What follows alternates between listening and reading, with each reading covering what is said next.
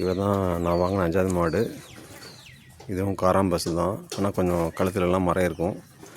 இது வந்து ரெட் சிந்திக்கு வந்து கிர் ஊசி போட்ட மாடு போட்டு பிறந்த மாடு. இதுக்கு வந்து காங்கேயம் இன்சமினேஷன் பண்ணியிருக்காங்க, அதனால் காங்கேயம் கண்ணாக போட்டிருக்கு, கிடையாது கண்ணு. இது வந்து சிவகிரி கட்டில் ஃபார்மில் தான் வாங்கினேன்.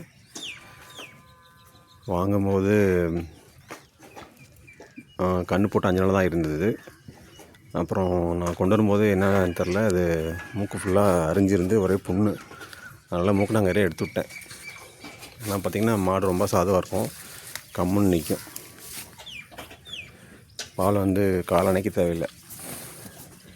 இது வந்து பால் வந்து கிட்டத்தட்ட ஒரு நாளைக்கு மடியில் ஒரு 8 லிட்டர் பால் இருக்கும்.